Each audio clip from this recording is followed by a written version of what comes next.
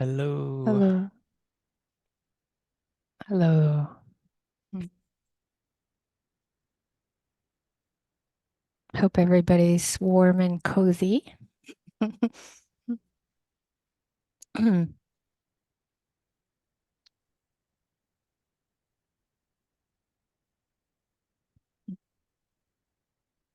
Good to see you all.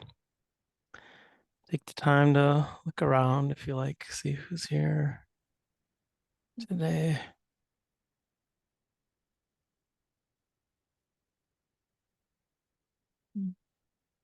Mm.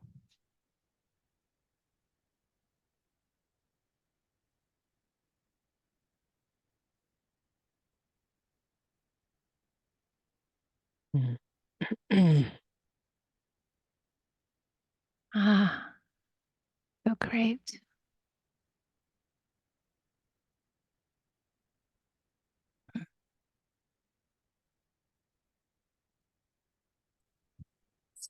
Get started.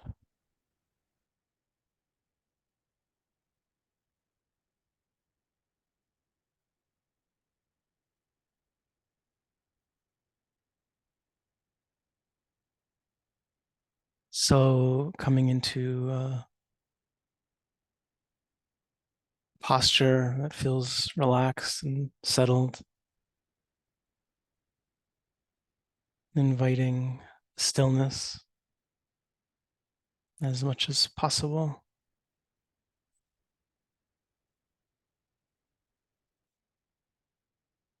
and letting your eyes come to close.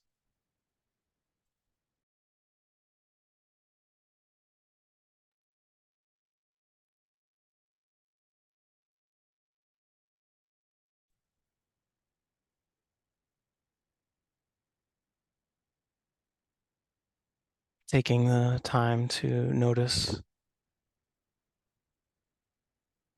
where the attention is naturally called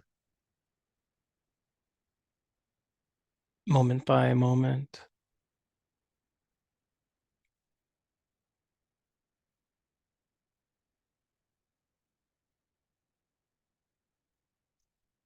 Sounds, bodily sensations,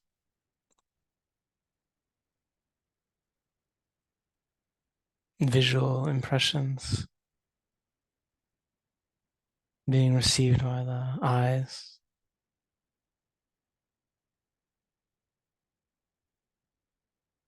images conceived by the mind,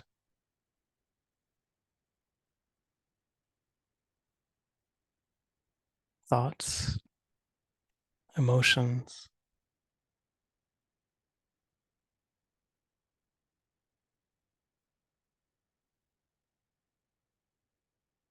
smells,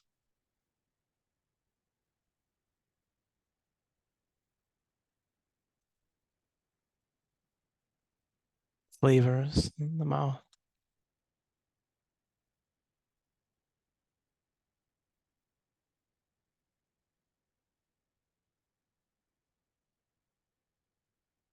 And sensitive to the heart's relationship to whatever experience enters our awareness.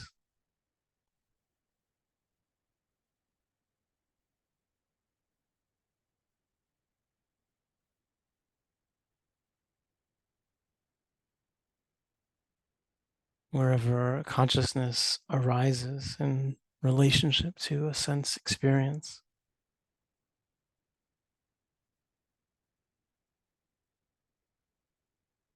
You can see what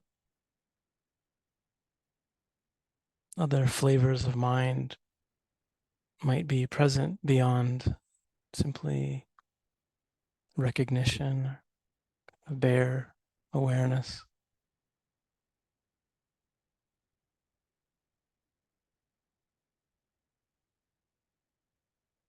Sometimes a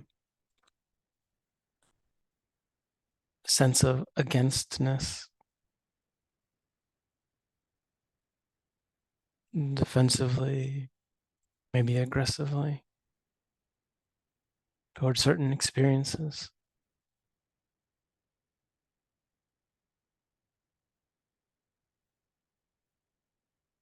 A subtle harshness of the mind.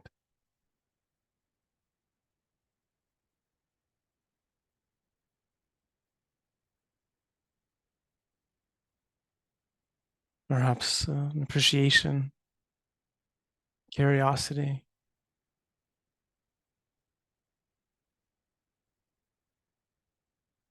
sometimes a sense of grasping, clinging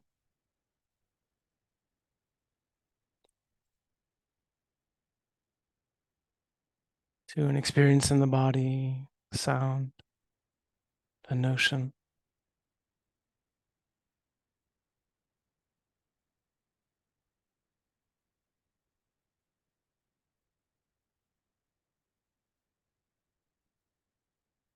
And of all of the many possible flavors of mind we might encounter in response to a sensation, our body-based sensitivities, or in relationship to the mind itself. This spectrum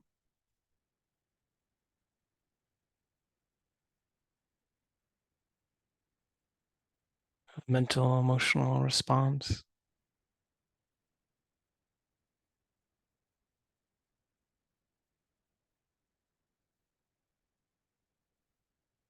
Do we encounter anything that feels like kindness?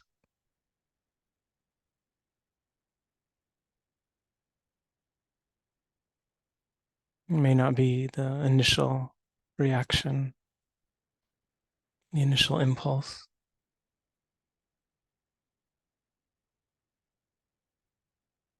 in response to sound, sensation in the body, smell, flavor.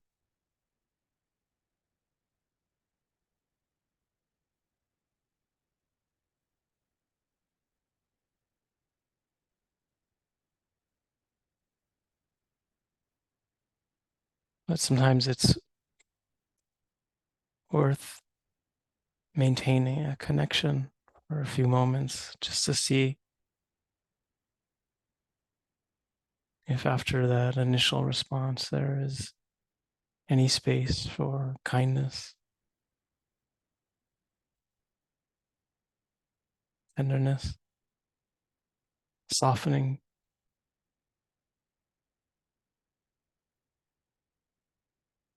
a disarming care internally and externally.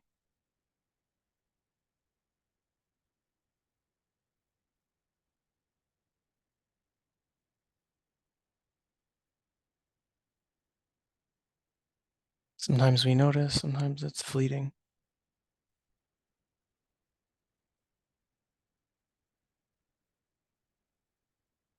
And because sensations are arising and passing so quickly, sometimes in a way that feels so chaotic through the various sense doors,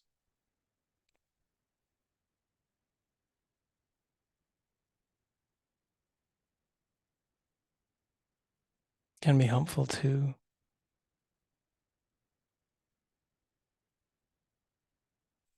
try our best to connect the attention with one field of sensory experience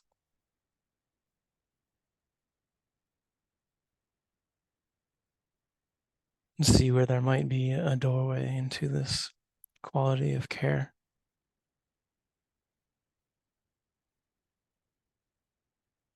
And watch it arise, watch it fade away,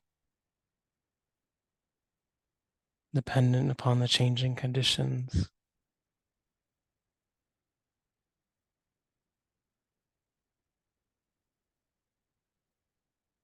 of the experience and of the mind.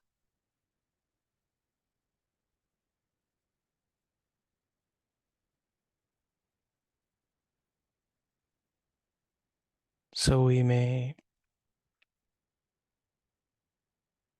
invite a closer connection to this realm of sound, for example,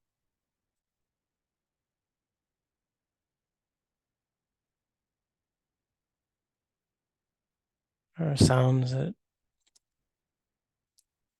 may be subtle or gross, nearby or distant.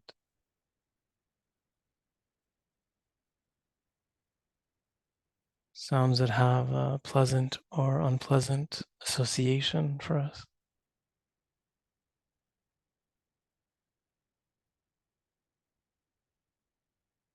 Is there any place where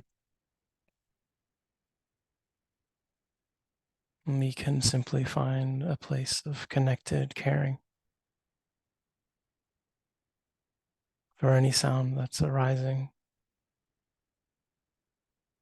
persisting, passing away in the present moment?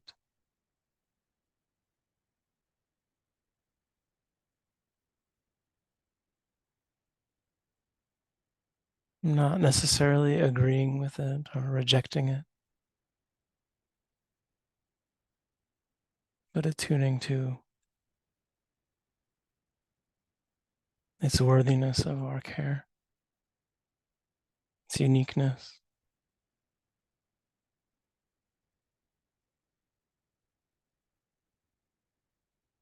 its fleetingness, preciousness.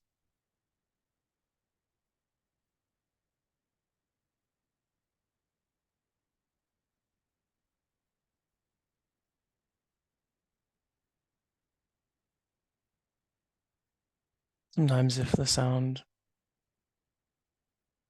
seems to be generated by another being, we can feel a kindness toward that being,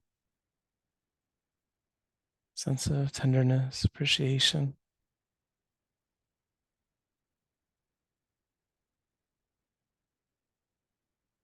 Or associated with beings like a vehicle, an airplane.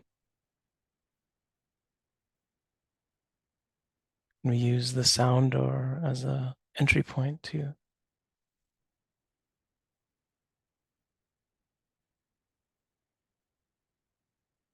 connect with the sense of well-wishing.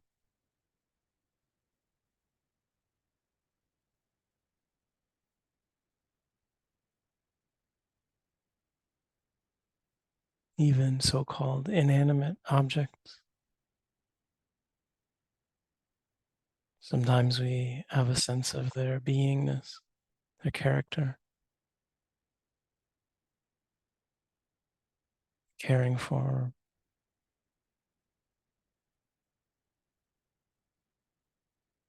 anything that makes a sound, and seeing if it softens our relationship to that experience. If there's any softening in our own hearts, minds,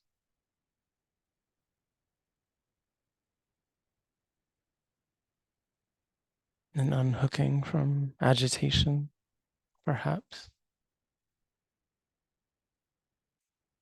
Perhaps a warmth in our own bodies, and gentleness, sense that the body is nourished by the mind that experiences kindness.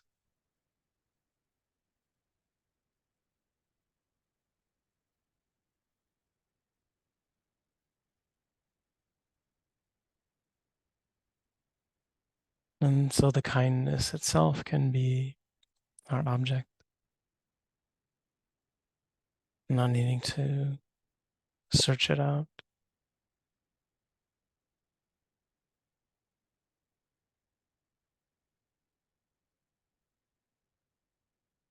tuning to this quality of care,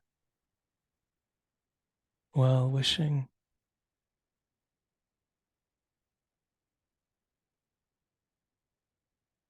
as we feel it in the mind, heart, as it may resonate in the body.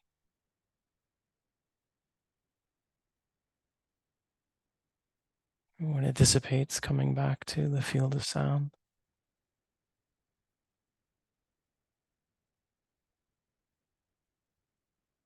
finding a new connection to this tenderness,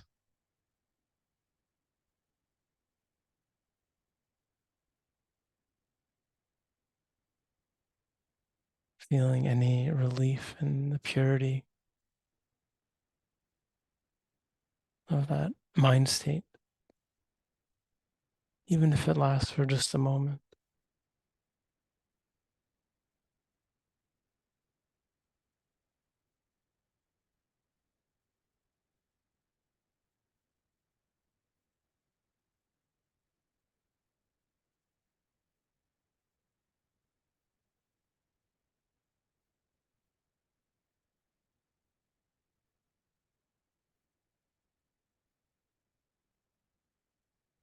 Even with the eyes closed, light is entering, color, shape, form is discernible.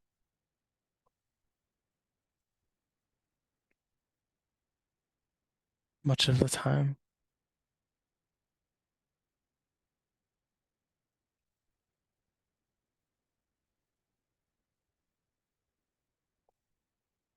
we don't need to know what we're seeing. We don't need to identify an object beyond light, color, shape, movement to inspire a sense of care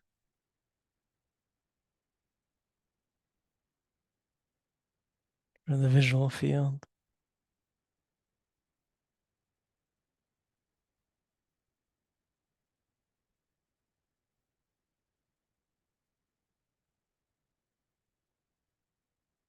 Again, it may arise and pass.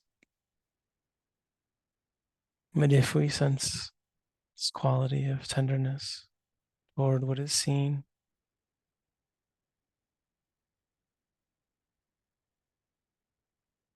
can let the heart mind be nourished by this quality.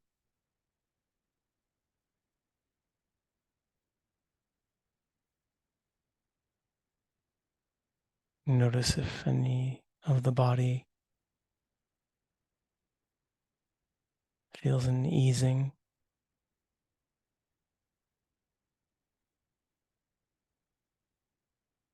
as the heart relaxes its grip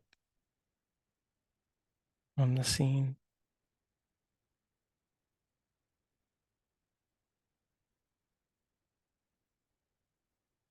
And of course, we may feel the eyes themselves physically. We may notice a straining, tension.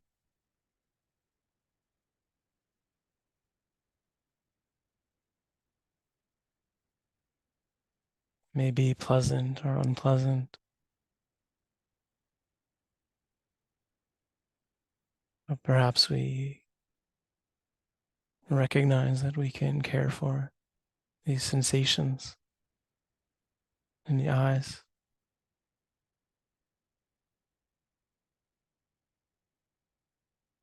without trying to make them relax, adjust them, manipulate them.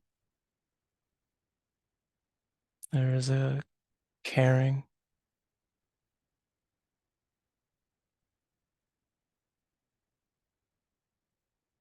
beyond our preferences,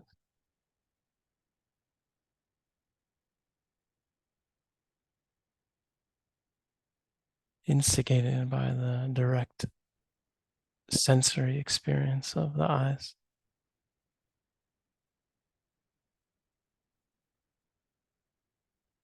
The heart recognizing their worthiness of our love.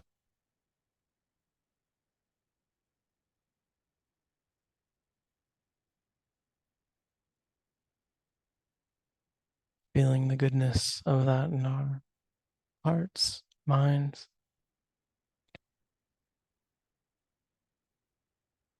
Perhaps the eyes themselves receiving this kindness.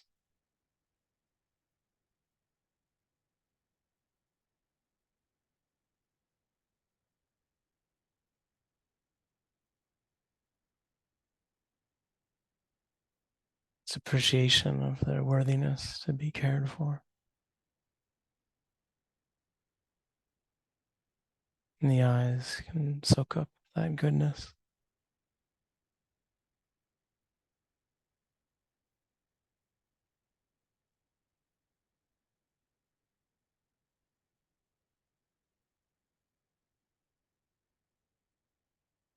Of course, there are all these other sensations in the face,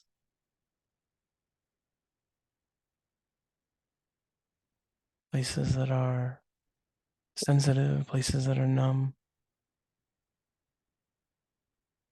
tense, or relaxed, all around the head.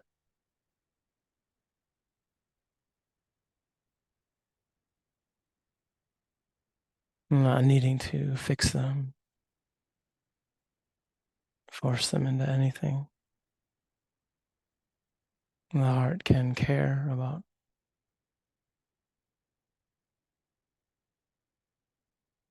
all of these sensations.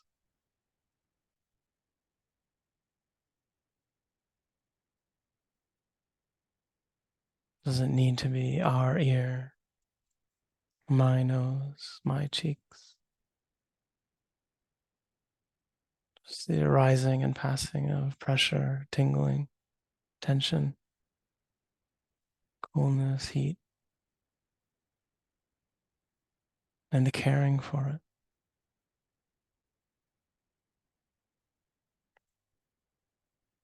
The pressure is rising, caring for that. The temperature is falling, caring for that.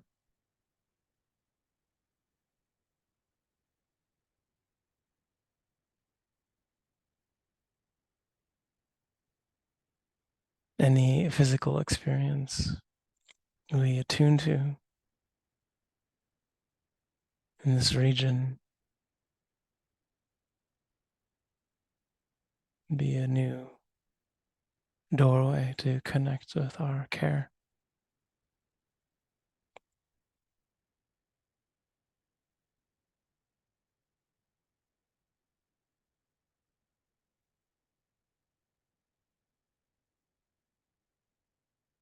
Fleeting or stable, subtle or clear,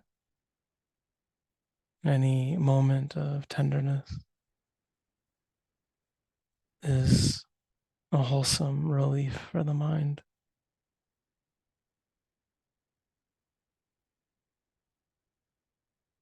And when the mind, heart is relieved, and the body receives that,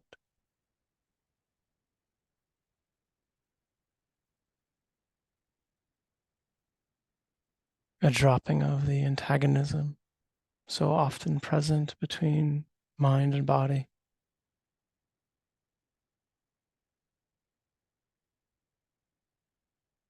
The attention can open to our shoulders,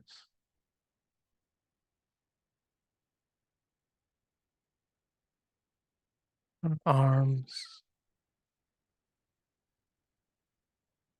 hands,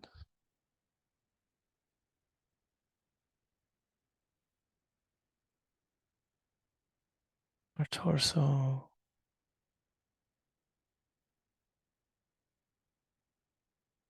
midsection,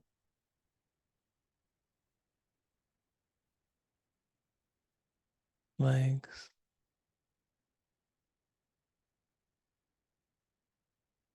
feet, toes,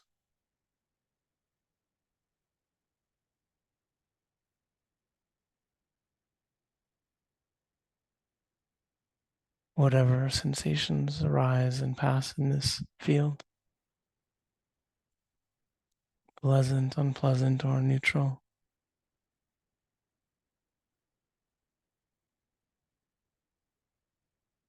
can be an invitation towards this kindness, non judging, non manipulating, caring for the birth, life, and death of any sensation that we become aware of,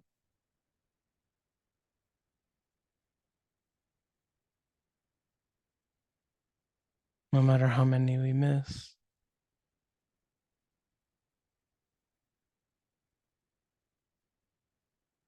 or respond to with other mind states. This invitation is always there.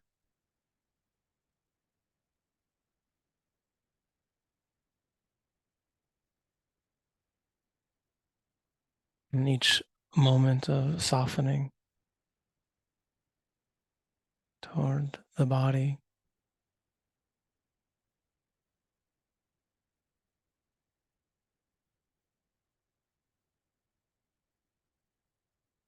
relaxes the mind, helps it trust the safety and goodness of care as a protection, as a sanctuary, a refuge.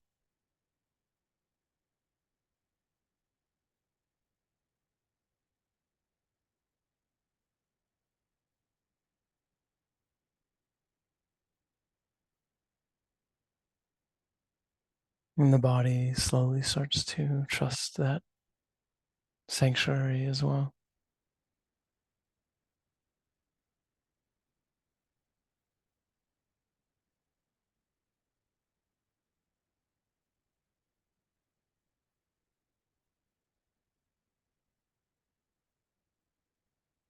And knowing that the sensations of the mind and heart itself, just like sound, just like the body, seeing, smelling, tasting, thoughts can be a doorway into caring, anger, sadness, wanting, not wanting.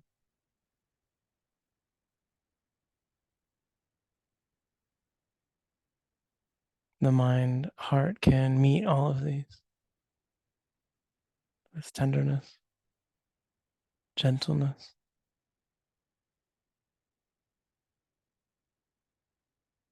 Maybe sometimes it's the flavor of compassion or appreciation,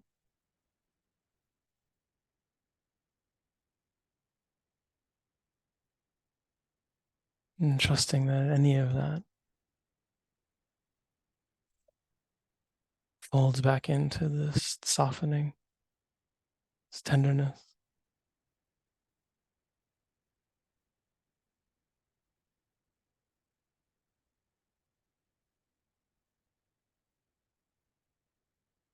So, any sense we experience in any of the doors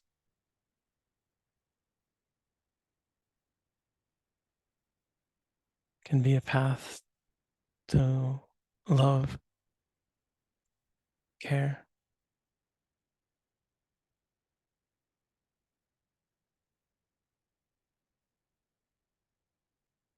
And there may be times where the tenderness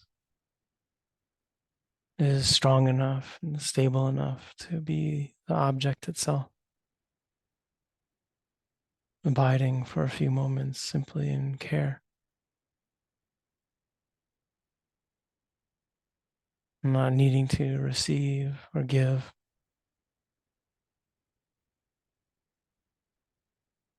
abiding in that goodness.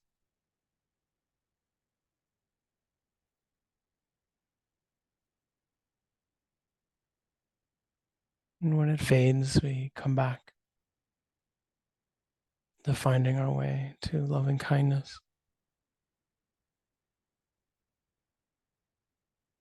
through the direct experience of the senses, trusting that every moment of connection builds, strengthens, softens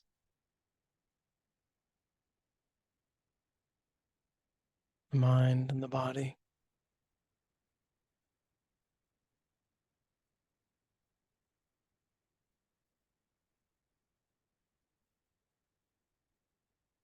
Little by little, breath by breath.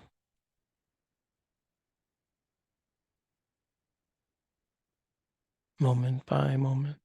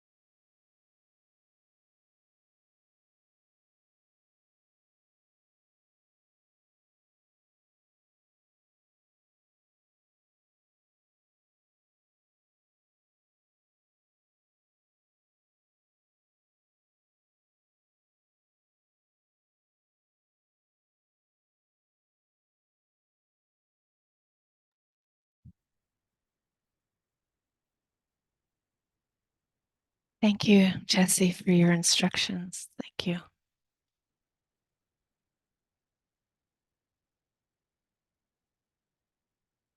Abiding in the goodness of compassion is important, so important, critical.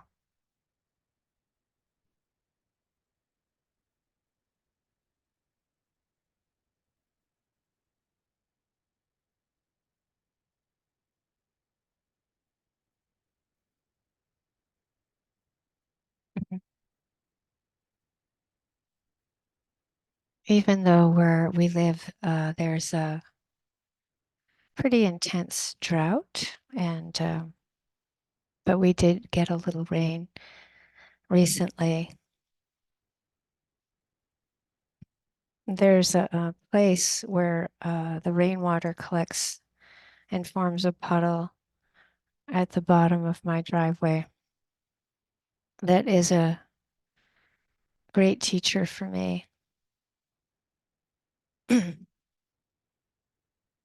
It isn't. This is like, in many ways, I doubt many people even notice this puddle. And I think it makes me love this puddle even more when it appears. And this day that it had rained, I was very busy and in a hurry. And I had this conflict about stopping to be with it and learn from it, um, because it was going to definitely put me behind and stressed.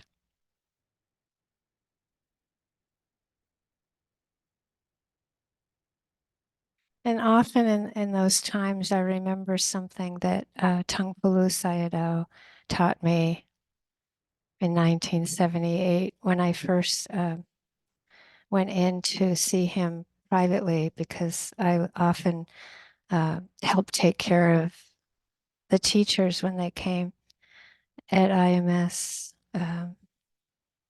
So I went in to see him and bowed, and he said right away, uh, this was through a translator, you should always keep your mind like water,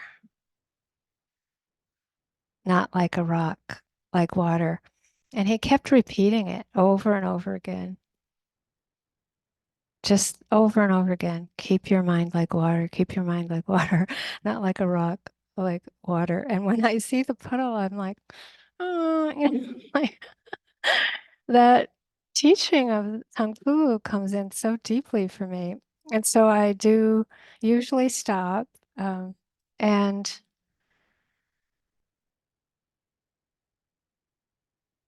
often the water is very still. And yet the surface of the water is so sensitive to the slightest shifts that happen.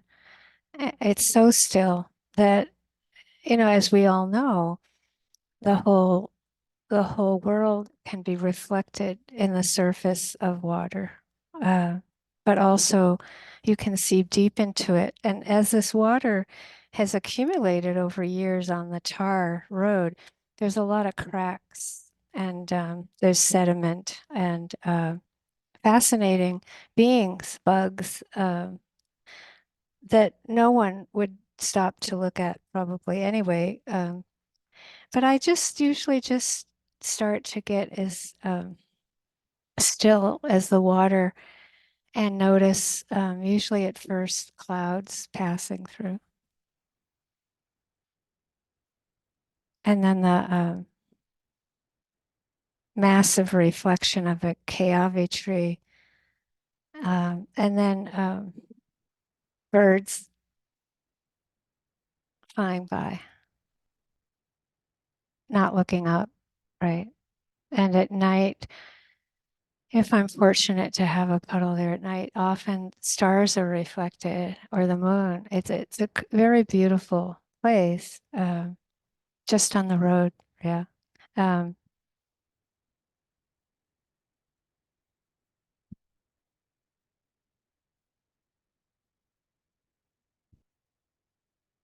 and I think that the teaching of Vipassana is so important in terms of over years starting to understand that relationship between just getting enough concentration,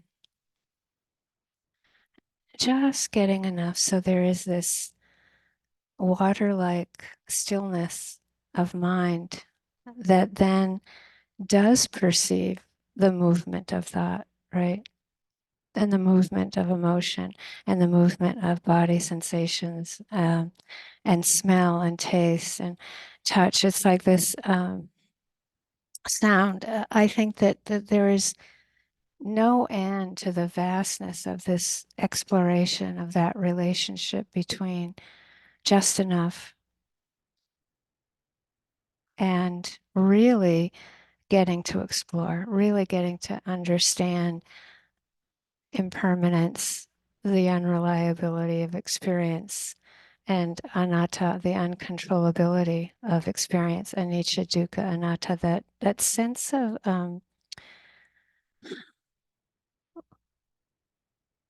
what it takes us to really understand our thoughts are not me or mine or I or you or us, right? Or our bodies, right? Or not I or me or mine. That um, when we look at what that um,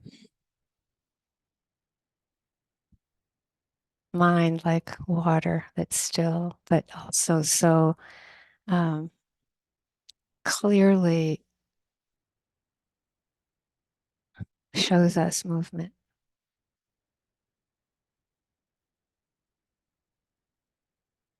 the aliveness, right? The aliveness of life, that not one moment stays the same. Not one, not one experience in life, not one moment lasts for a second, right? It's just so powerful. And so that the sense of whether we're practicing unconditional love or unconditional compassion, as Jesse was teaching in relationship to Vipassana so beautifully today, or the relationship with unconditional joy or unconditional peace, or the wisdom practice in its vastness itself. This it's a noble practice. It's called the Noble Eightfold Path. It's noble for so many reasons. But on one level, it takes so much courage. It just takes so much courage to go against the conditioning and the belief systems of how things are versus how they really are. Again and again, that how are things like I wish them to be, or what I want to get rid of, what I want to get, versus how is it right now, not the cookie cutter, not how it was 5 minutes ago or 5 years ago. And one of the wonderful things I learned from Sayadaw U Pandita in 1984, my first 3-month retreat with him, was when he described the 7 factors of enlightenment. Of course, the importance of all 7, and the mindfulness being like the warp of a weaving, and just like it, the presence of mindfulness is there with each other factor of awakening. But getting that sense of after this, as Sri Nisargadatta says, the mindfulness is the intention to understand our experience rather than to judge it. Now, how much courage does that take?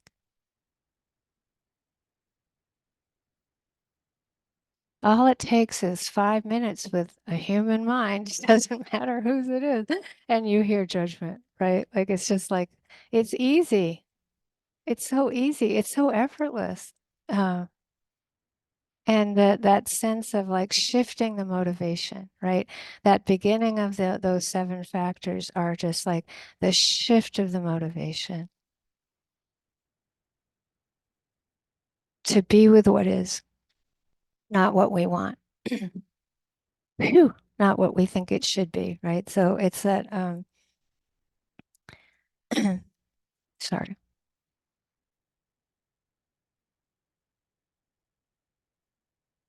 Mhm. That when we can, we see if we can investigate. And the Buddha described these next 3 factors as energizing. So that when we can, you just check over and over again. It's not so much a matter of that you can force investigation to happen, but you check to see can can, can that happen? And how we do that is really getting that shift happens through being with the non-conceptual.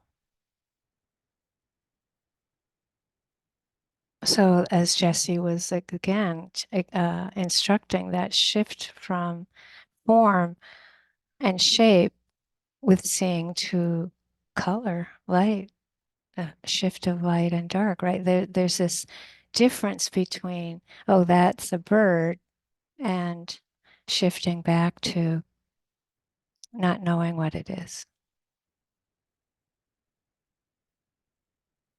conceptually, right?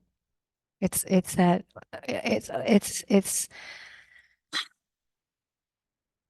it's easy in some ways to understand the direct experience of our moment to moment experience, that shift to non-conceptual, but to sustain it is not that easy. But it takes courage. It takes courage on so many levels.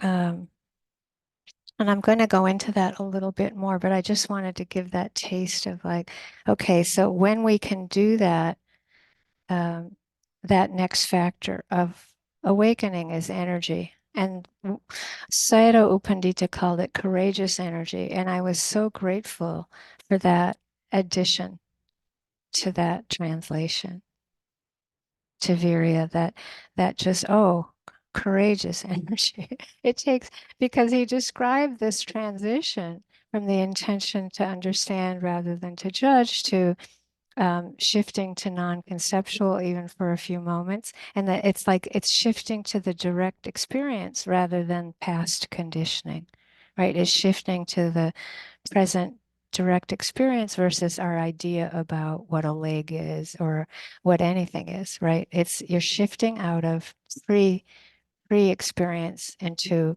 what is happening. And so that courageous energy allows us. His description was it helps us to connect. He didn't use the word connect. He used face to face with the object. Right? You've done it. You are, the attention is with the direct experience. And as Jesse said in the instruction, there's a receiving. The attention is soft. There's a receiving of the direct experience, not through the thought process, right? And of course, it goes on. But what I am trying to express in this talk is that when we can do that, this process is what purifies motivation. And we get to see, as we're with the direct experience, if we want it to, if we want to control it or not, right? We get to see the judgment. We get to see the aversion, attachment, delusion. We're meant to. This is not like something's wrong or bad. It's actually good to see, uh, whatever it is. I want to get rid of that. Rather than deny that, rather than be, pretending that we don't care that it changes, that that the manipulating, the fixing, the attachment, all that, we're meant to see And actually, as we go on in practice, we're meant to see it on deeper levels. So the switch to the intention to understand experience rather than to judge it, the switch to the intention to be with what is rather than what we want. And then I love that Jesse gave the particular instructions this morning, because so much of the motivation needs to come from that we care.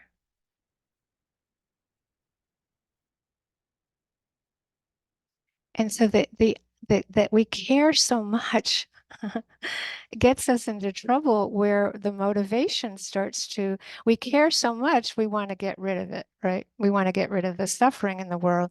We care so much, we want to get rid of it. We care so much, we want whatever, right? It's like, that's where in terms of compassion and wisdom, the untangling of it does come, I think, where the courage is.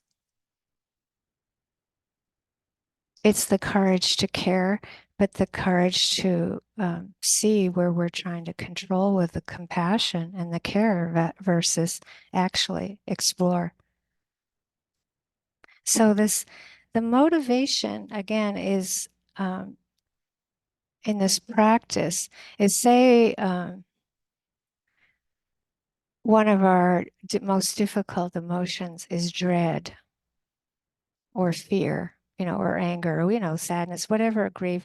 Say that, well, that's the emotion we might have the most resistance to, the most difficulty. What?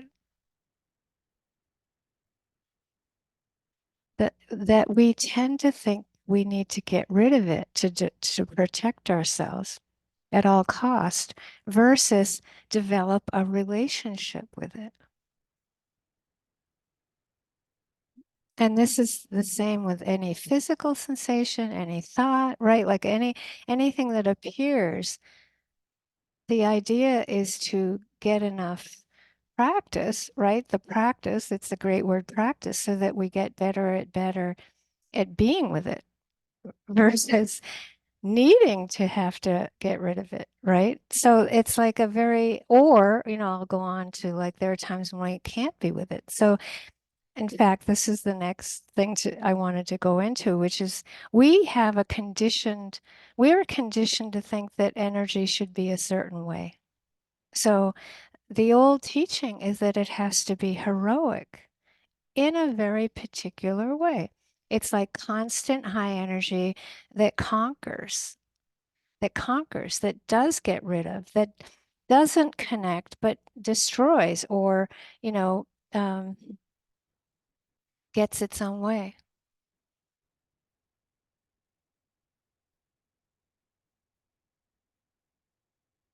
It's deep in us, this idea of what heroic energy is. And it's not that, I'm not saying it's bad or wrong, but it's like, it's not this practice. It's not, it's like, this this practice requires the courage to rest. And in fact, for most of us who have had the heroic, a particular kind of heroic idea of courage, that it takes more courage to get when we need to rest, or when we need to just have patience, or just to trust, right? To trust and to just be with what is, right? This is so important for us to get this, not only individually, how our energy is, but also that we change, so that what might have worked yesterday is probably not going to work today in terms of courage. And this again, it's like, not to have a cookie cutter approach to any moment is so important. When I fell December 3rd, and it was a really bad fall, still, when somebody sees it, they still say, I had to go to this dermatologist yesterday, and she looked at it and she said, Michelle, that happened December 3rd. And I said, yeah. And she said, well, it still looks broken to me. And I'm like, it's not even broken. It's like, wow, like it is intense. And I'll think, well, that's like 7 weeks ago. All right already, right? What's going on? Oh, I'm better, much better, but I still can't kneel on the ground or floor or squat very well. And it still hurts, in places. And so I went to PT yesterday, which is mainly just trying to work a little bit places in my body that have tightened up around this. And I said, why is this taking so long? And he said, Michelle, you had a bone bruise, a really bad bone bruise. He said, this could take years to heal. And I was like, no, no, no. Years. Uh-uh. No, no. Years to heal. No. And he said, no, no, don't worry about it. It took years for me to heal a bone bruise. And I'm like, okay. But I said, that's actually helpful. Nobody has said that. And that's why I keep looking down and thinking, like, why is it taking so long, right? But it's like, oh, bone bruises can be more painful than breaks. Okay, okay, okay. Patience. Mostly what I heard throughout this whole thing is patience, from the medical people. Patience. My favorite was, I've already said this, but you're so lucky. That's my favorite. It never stops. You're so lucky. You're so, so lucky. Right. Yeah. But it's like now I can look back and say, yeah, I actually feel like I'm really lucky considering what happened. But you don't always want to hear that you're so lucky when you're at how they have that, how much pain are you in, 0 to 10? When you're at 10, I can assure you, you don't want to hear how lucky you are. When you're down to 8 or 7, it starts to be like, right, lucky, right? So again, I'm describing courage and energy because when U Pandita said courageous energy, it taught me everything. That moment, I'll still never forget it, was like energy is like courage is energy. And, when I look at how tired I've been from this fall, the amount of energy it's taken my body to heal it, it's just phenomenal. And so when you when all that energy is going into one thing, it actually doesn't have a lot of energy for a lot of other pain. And I think it's so important for all of us again, uh, if you just take a look at the world, even like a peep these days, and there's so much suffering, right? It just seems like it's getting so much more intense. And it's just like when there's courage and there's mindfulness, right? Investigation, when we can do that, that's the time to connect, right? And to be with it and to take it in. But there are other times when it's really not a good idea. So hence again that we're all different. We all have different times of day and night, but that idea that it's heroic not to pay attention to it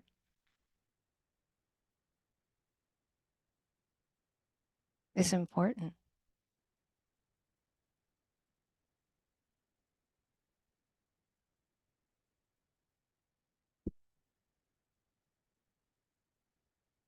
When I was about 5 years old, I decided I wanted to go somewhere like a church or a synagogue, or I had friends going to places, and I decided I wanted to go somewhere.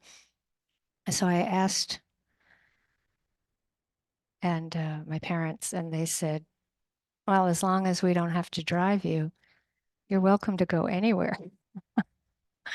And so which was kind of cool. Like there wasn't like you should go here, here, here, but the closest place was a Catholic church, and I knocked on the door of the refectory, it's called, and I got baptized and started going to church.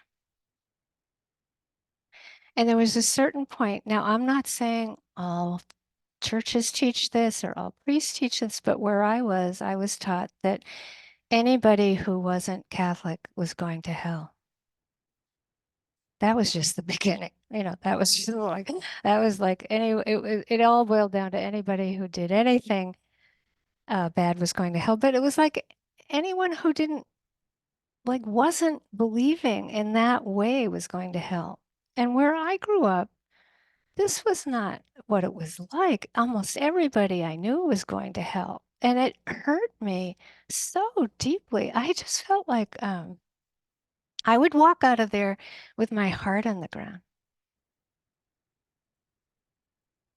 That's how bad it was for me. Like I just like and then I'd look at people and I'd think, I'd just cry. Like wow, everybody I love and know, everybody I don't know, everybody I don't care about, they're all going to hell. Like it was just so intense. And when I even get a whiff of that in any organization, in any religion, in anything, I don't trust it. I'm not going to go down that path because, first of all, it's not even what the Buddha taught, but it's also, I wasn't taught Buddhism then. I knew at 5 it was wrong. There was something really wrong about it. And um, I had an experience, I don't know, maybe 2 weeks ago. There's a gardener that comes and helps us with some stuff here, and um, he's very quiet. In fact, this might have been the second conversation I've ever had with him over a couple years. And he saw me with my cane and then my crutches and not crutches, sorry, my poles. And he asked me what happened. It was sort of like a miracle. I loved it. He asked me a question. And then he said, I broke my ankle when I was really young and I wouldn't use crutches. And my ankle was getting worse and worse. Um, and there was an elder in my village. He's from Mexico. And he said, there's an elder in my village who came up to me and he said to me, you know, you're really stupid. He was about 20 or 21. And he laughed as he was telling the story. And he said, he told me, you cannot control what other people think of you.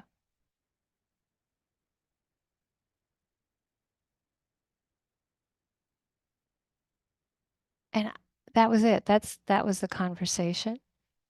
But I actually, for that part of the story that is probably good, I left out till now, but I had told him that I had to use a walker for quite a while and that I really didn't want to use it.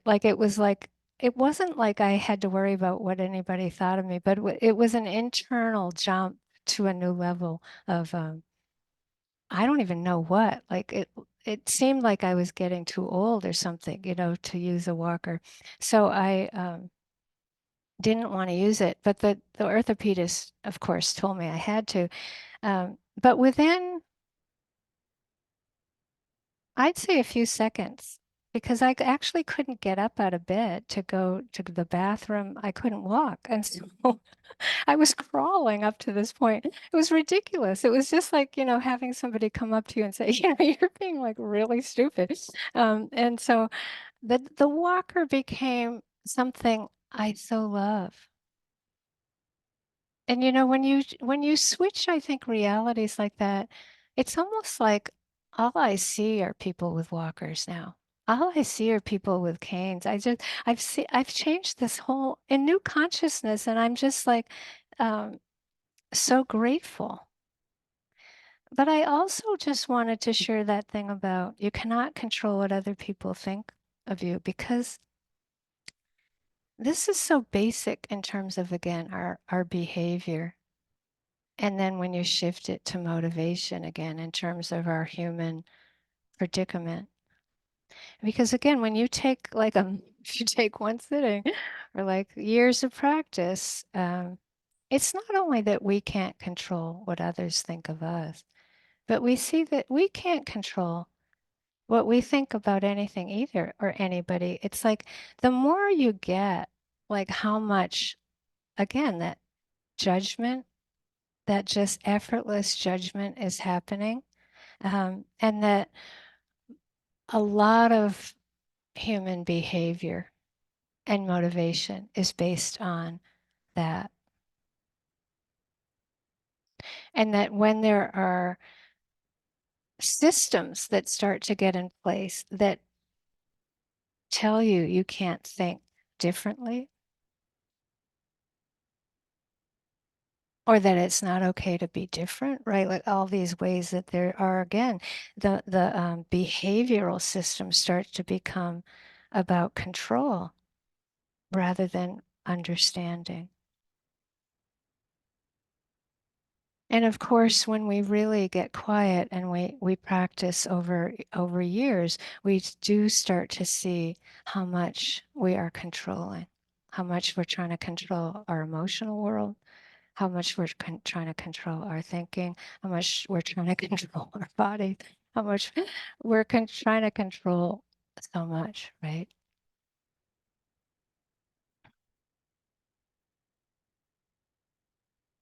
So this requires so much compassion, so much compassion for the conditioning. And then so much understanding of even the factors of awakening, that sense of like, what is even a sequence that I appreciated the way Sayadaw Pandita described it, which is that sense of like, oh, pause, right? Take a few seconds to pull out of the static of the thought process. Because if you look at the thought process, most of it is about control. Yeah. And it's just like this gift of being able to pause and shift to non-conceptual reality, which is you're not making anything happen. It's just dropping into it. The effort has nothing to do with control. And you find these deeper places of actual interest. And then, of course, the calm, the interest, the calm, concentration, peace.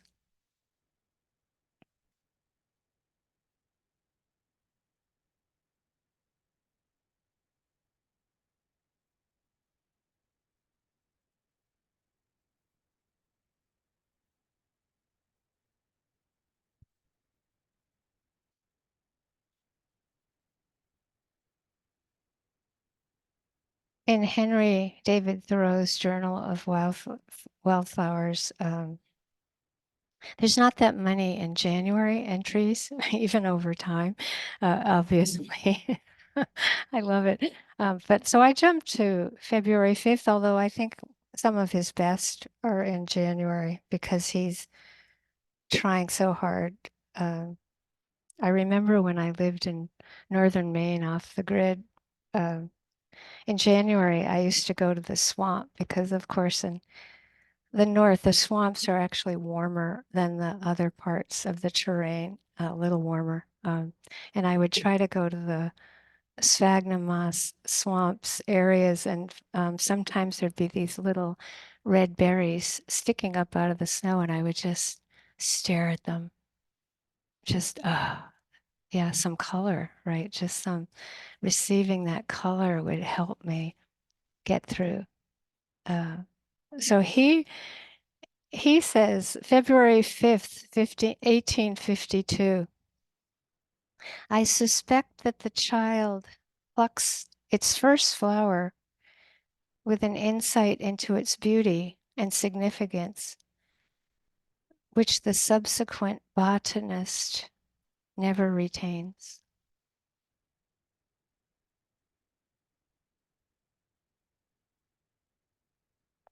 This is when we drop into the non-conceptual, right?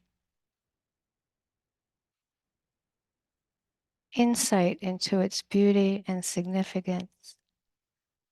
It's not that my botany teacher taught me that the words are really important. He opened up a whole world for me by teaching me the names, and the Latin names were going to open up a whole world for me. But 99% of what he taught was the non-conceptual. I was lucky.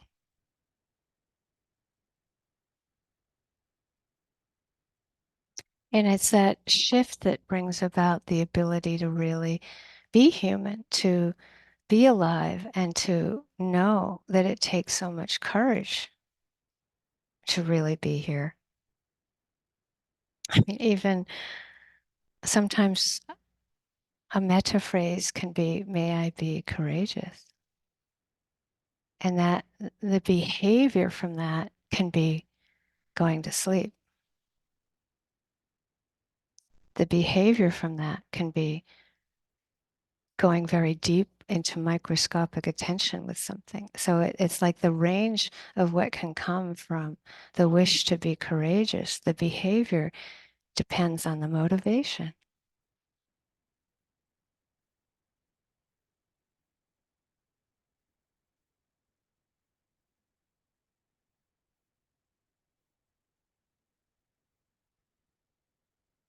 So letting ourselves not explore non-conceptually is also really important.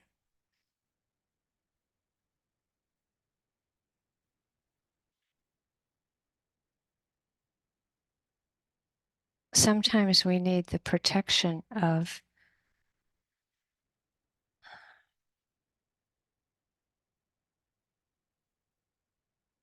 very simply, that's a cloud, or that's a floor, or that's a tree, right? That's like to get the concepts can be very protective. You know, there's no anicca in a word. There's no dukkha in a word. There's no anatta in a word.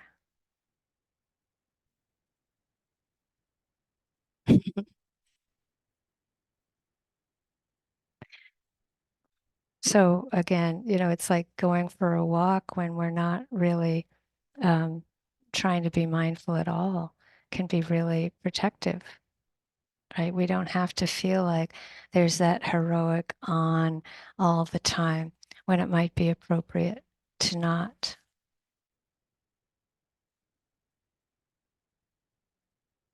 One of the things that I found really interesting is that the more you practice, the more you bounce back. Meaning, you know, you can say, okay, I'm not going to be mindful for an hour, but actually, if you say that to yourself, you're probably going to be mindful because you actually can't help it. Like you've just done enough so that it's not going to be like a tragedy or catastrophe, right? But it's all skillful means. It's all skillful means. I think one of the places that is really a wonderful place to explore um, courage is how beauty can bring an openness of heart and a softness of heart that I mean beauty more like you know, looking at something in nature. That's what I'm more meaning, beautiful, but could be a museum. Um,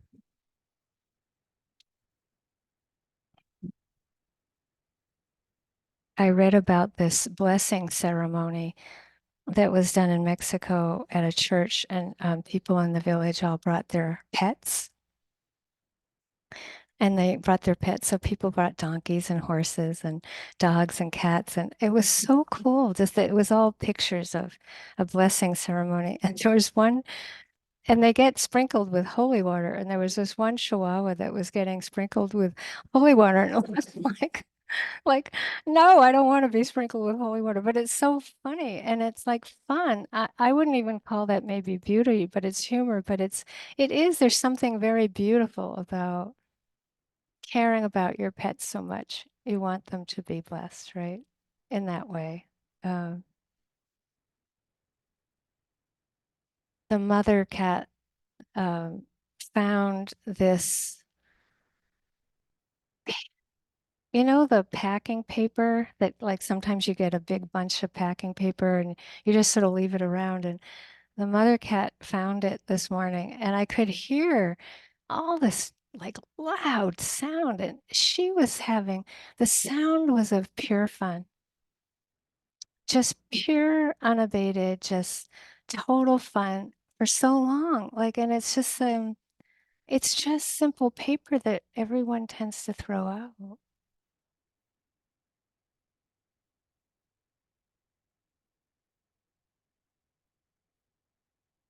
And you see this. I remember when I had, helped raise my sister's kids for so long, and I would always learn that letting them open up the drawer, the cabinet under the kitchen sink and pulling out stuff was much more fun than the toys, right? Like you always could see that ultimately you can do all this stuff with toys, but what's really fun is just kind of exploring somewhere and learning about it that is actually very so-called ordinary. But when you are in the non-conceptual reality and you're really exploring, nothing's ordinary.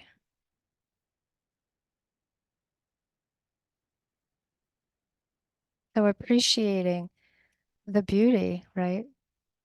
I had this this was probably when you do the pain 0 to 10. I must have been around 5 or 4 when I came up with this. And please make space for this because I'm not even sure it sounds even remotely okay. But I was thinking of the Brahma Vihara as like a recipe. Like if you could have a recipe book and you had a recipe for each one, for loving kindness, for metta, I had honey. This is a recipe for Brahma Vihara. So for metta, it's honey. For karuna, it's salt. For mudita, it's chocolate. And for equanimity, it's caffeine. Now you might have a different recipe, but the caffeine one, I remember in my early practice, I'd say, on those days that are hard on practice, I'd say, wisdom is drinking enough caffeine. So, this caffeine might not be your thing. Maybe it's something else, but reflecting on the Brahma Viharas in this way gave me so much courage.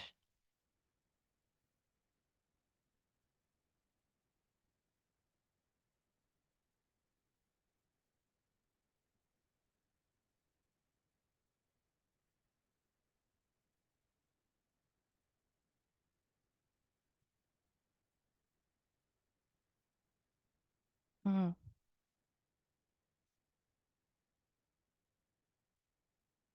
Oh, you'll probably notice that I like to read the late poems of Wang Anshi a lot. But I think that the translator David Hinton gave us a really good offering at a time in the world that we really need it. And particularly like his life, his biography, in which he spent so much of his life really deeply trying to help people.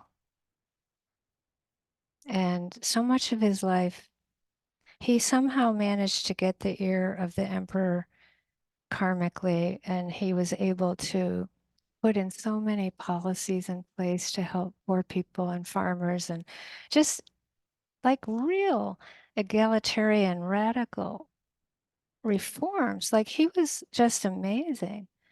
Um, and he had so much responsibility and he worked so hard. He was very frugal for himself. Uh, and he just got bashed, right? Like he just got disgraced, completely disgraced. He just, everything that he did got undone in his lifetime. Um, and I think that he cared so much about nature, people, the, the, the practice, the Buddhist practice. And so in the last 10 years of his life, he just really devoted his life to his meditation practice.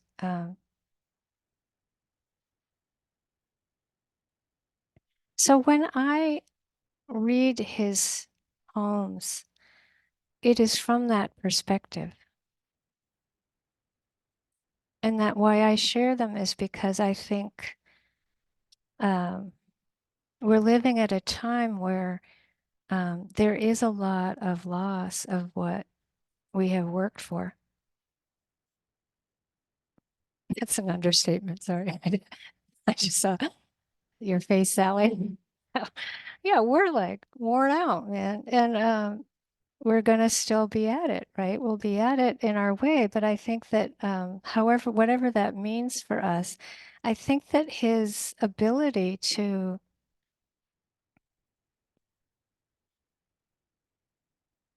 not avoid that, but to come to terms with it is very inspiring.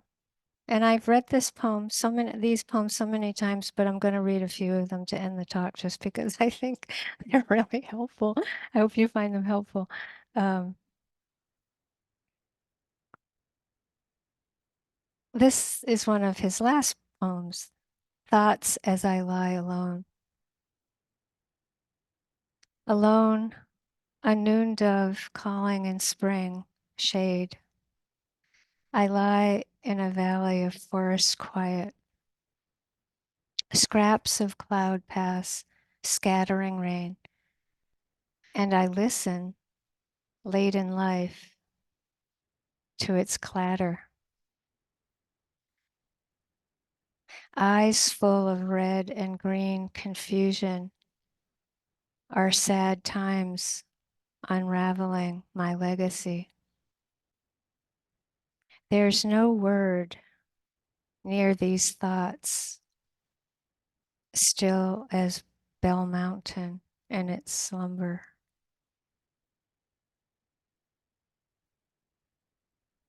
There's no word near these thoughts.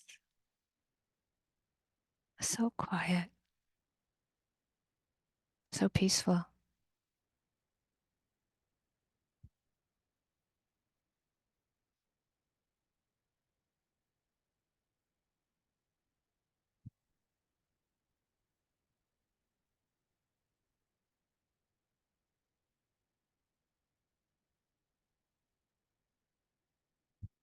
And lastly, this is part of a larger poem. This is the last part. Dawn lights up the room. I close my book and sleep, dreaming of Bell Mountain and full of tenderness. How do you grow old living with failure and disgrace? Stay close to the cascading creek, cold, shimmering.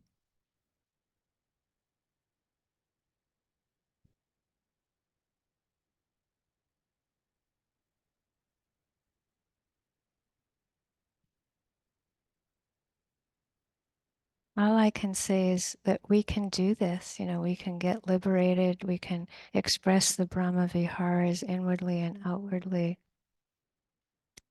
the compassion and wisdom Jesse was instructing. I think it's just so important that we feel that reassurance and encouragement no matter what happens.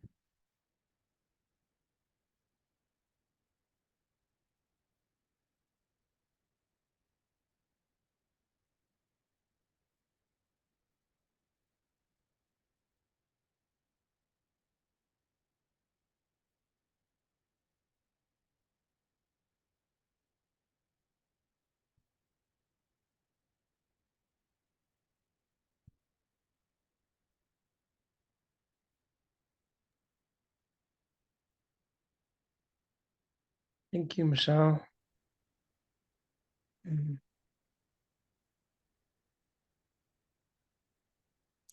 Thanks, everybody. Take good care. We'll see you next week. Have a good week.